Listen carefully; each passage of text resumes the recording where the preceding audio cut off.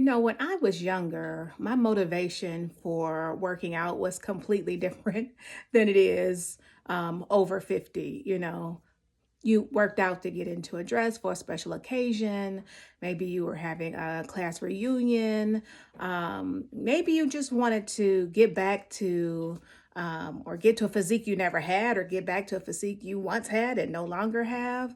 Whatever the case, my motivation then was completely different than my motivation now. And I will say that fitness over 50, my motivation is not to look good. Yes, who doesn't want to look good? Who doesn't want to, wow people or feel good about the way that they appear in clothing and all of that.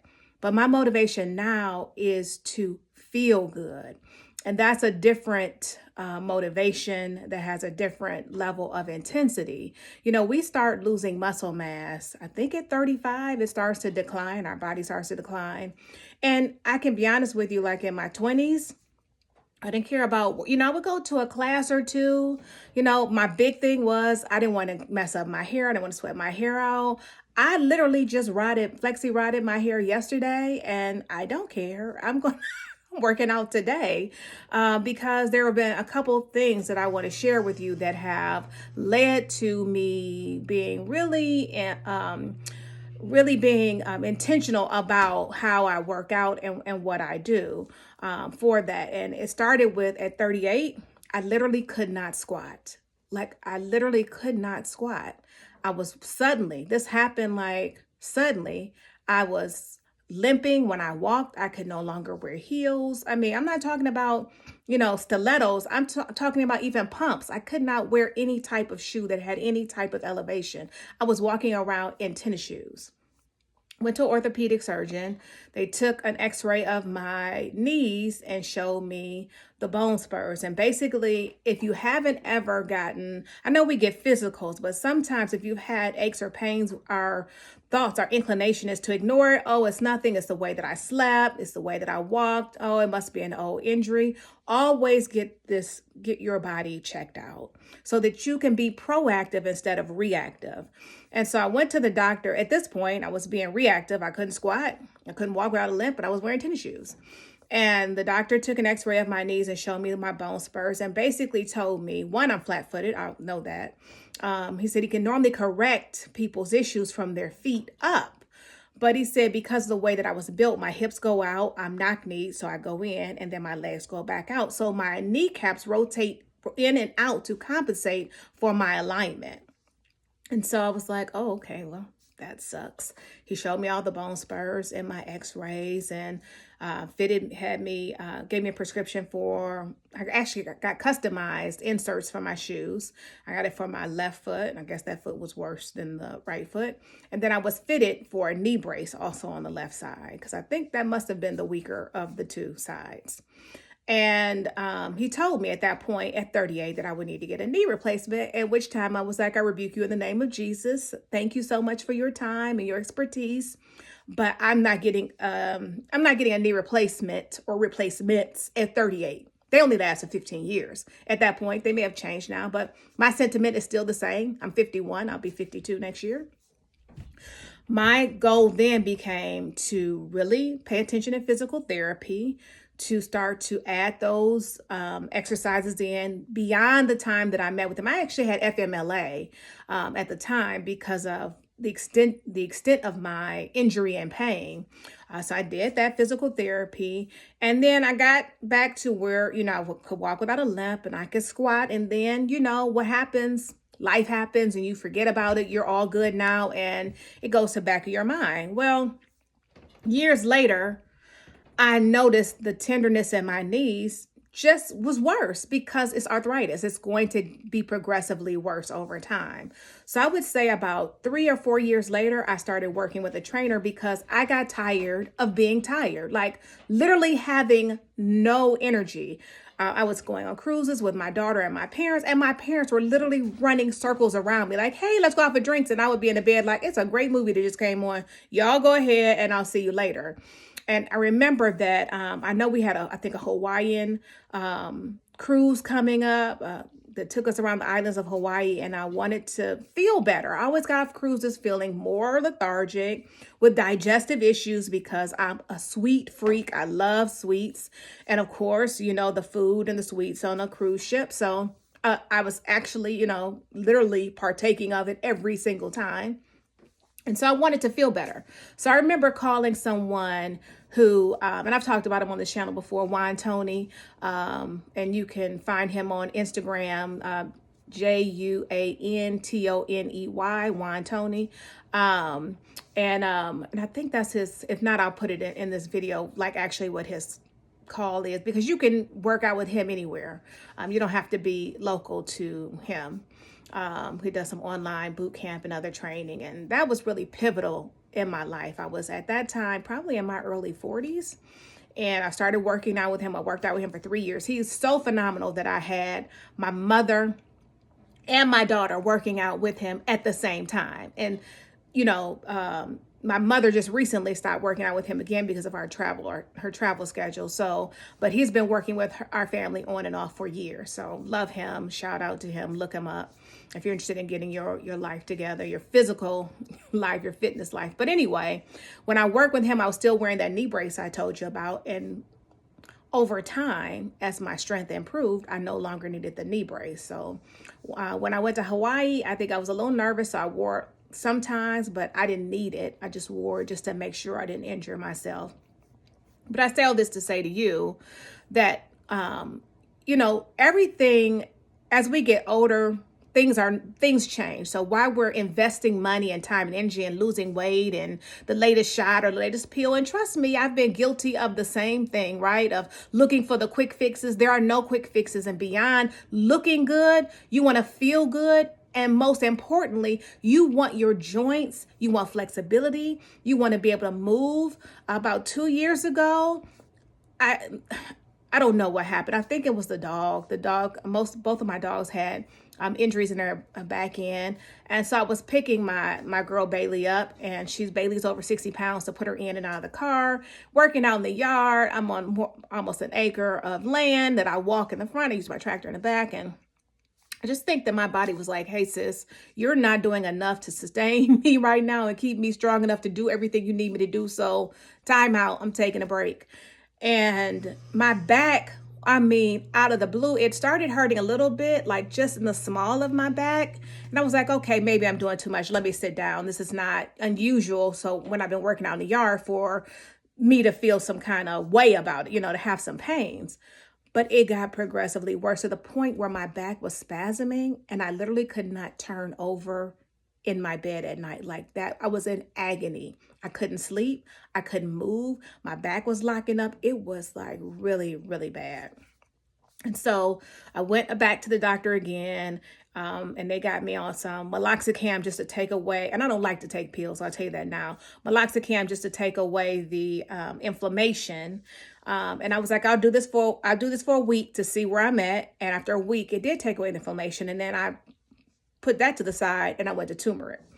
Turmeric paste, the same thing I was given to the dog, to help with the inflammation. And so I started doing that. I went back to physical therapy. I could actually manage the pain. Like I literally could sleep again through the night, but I still was in pain throughout the day, every day. And I'm still in pain. Like I have to manage my pain. I'm going to be in pain because it's arthritis. I had another x-ray done because I want to know what's going on. My L5-S1, I have arthritis there.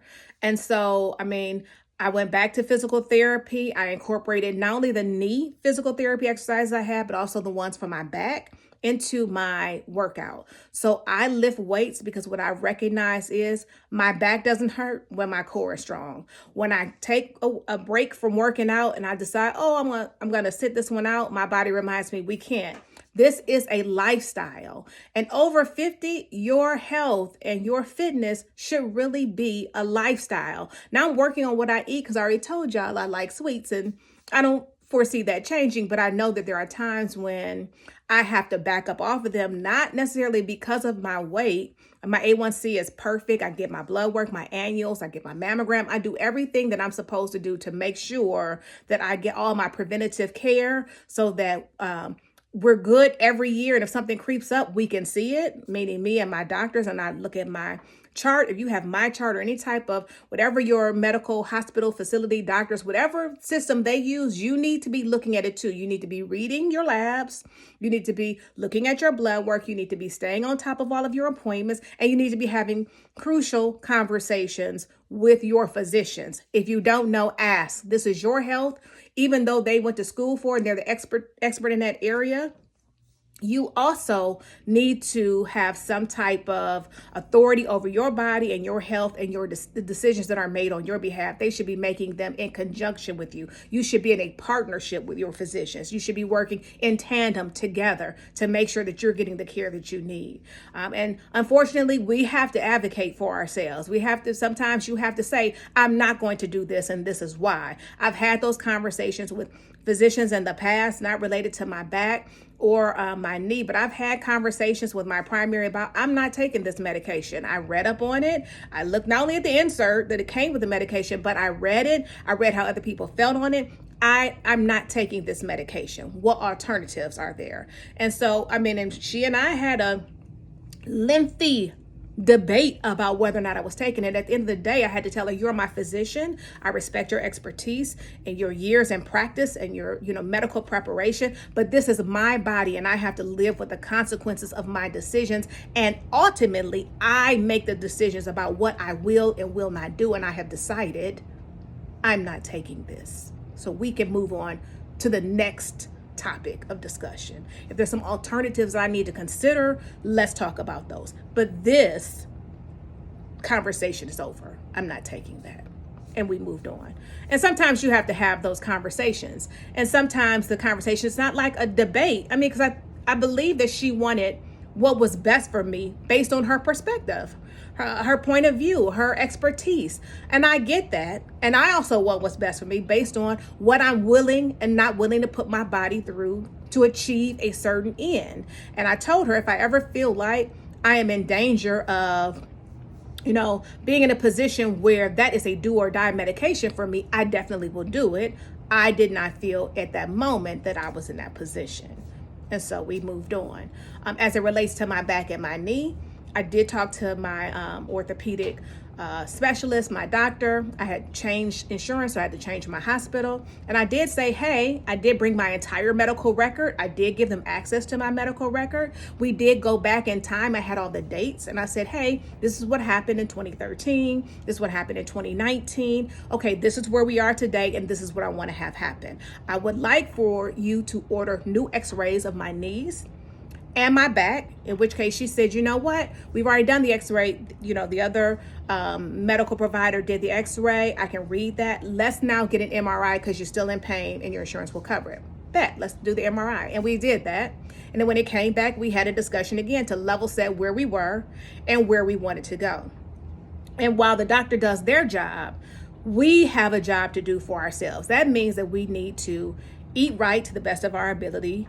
And we need to, at the very least, be active. Something that I started this year because my mother had been wanting to do it for so many years. And I had just been like, no, I don't have the time. I'm not interested. As I started playing pickleball, we took lessons in June and we've been playing ever since. And I'm so grateful that I did it. And I wish I would have done it sooner. Like I've done a little yoga to keep flexibility and strength. Those are paramount. Those are paramount to keep your body working, to be able to do the things that you do today, 10 years from today, to be able to go up and down stairs, to be able to squat, to be able to lift things. For me to be able to work outside and around my yard and take care of the things that I need to take care of on a day-to-day basis. Strength, flexibility, and that leads to your level of mobility, and that leads into your quality of life. So both of my parents, my father's in his early 80s, my mother's getting ready to go into her 80s, and they both are very flexible and mobile, and that's because they've been working out my entire life in one way, shape, or form. They do a lot of walking. My father does 4 miles a day. My mother used to be, the workout queen. I go to classes with her and these, step classes, and I'd be sitting on my step like this, watching her move around because I'm exhausted. I play pickleball with people that are 20 years my senior, who are running circles around me, who whip my behind every time I step on a court. That's great. And I want to be able to do that. I want to continue to be flexible and mobile and active. I want to get my heart rate up. It's important. Although I hate cardio. I love to lift, but I do both. So I know with the pickleball, I'm getting in my cardio. but I know that I need to do more. So, I started incorporating, and when I worked out with my trainer, I had to do 30 minutes 20 to 30 minutes as a warm up. So I always did the elliptical, and then I did an hour with him, weight training. And so now it doesn't take a whole lot. I don't have a whole lot of time. So I do 30 minutes, I lift for 30 minutes, and then I incorporated another 15 minutes after I lift on the elliptical. My goal is to burn at least 100 calories there. Not to mention the things that I do around my house, out of my yard. I'm burning calories all the time. And I put everything on my watch because I want to see it. I want to be able to see everything I'm doing and how I'm working out during the days. And sometimes on my down days, sometimes I don't do anything. Sometimes I'm tired. That's okay. You need the rest days as well. They're equally as important. Sleep is so paramount, especially for women in their in their 50s and beyond, really starting in your 40s. I started menopause at 38. And so that's a topic for another occasion, but you have to start putting in the time. And I think what happens is I ran into one of my sorors, shout out Delta Sigma Theta Sorority Incorporated. I ran into one of my sorors, and we were talking about like just some of the things that we have been through from a body standpoint and how important it is to, stay on top of it. She was talking about she had gone to a chiropractor, and I was like, okay, tell me a little bit more. I think what happens is we are not exposed. We don't have the resources. We don't have the opportunities. We don't have the knowledge to be to tune into what we need until it's too late. So what I'm saying to you, if you're watching this now or if you're listening to this on the podcast, please be proactive. Don't wait until it's too late. I wish I had started this when I was in my 30s. I wish I had started pickleball earlier. I wish I didn't listen to naysayers. I remember one of my mother's friends telling me, you're too thick to play tennis. I wanted to play tennis. I took lessons. I just didn't have anyone to play with. And she was like, you're too thick, your hips, your knees, you're not going to be agile enough. You're not going to move fast enough. I wish I would have never listened to her because I am enjoying this, and I would have been that much more active, that much better at playing and skilled. And I literally enjoy it. Why I hate, what is it I was just talking about with the elliptical? Aerobics is because it's not fun. It's like torture to me. But if I'm playing a game and, a pickleball, or I'm doing something that I enjoy, like I enjoy lifting. I enjoy seeing how strong I am and making improvements and adding to my weight. So I enjoy that part of it. If you find something that you enjoy, it's just like work. If you do something you love to do, it's not like working. I mean, you still got deadlines. It still can be tedious. You still, have to interact with people. Maybe sometimes they don't like your ideas, and you have to, collaborate or corroborate or compromise or whatever it is. But the same is true with your health and with your journey. It is a journey. It is not going to be a quick fix. Even people who are losing weight, guess what? After you lost it, that's great. Kudos to you. Great job. All the sacrifice that you put in and all that to reach your goal, that's wonderful. Now we have to maintain it. So it's about maintenance. So I just wanted to say, as I'm finishing up my own workout today, like, what is your motivation? What do you want your life to be like?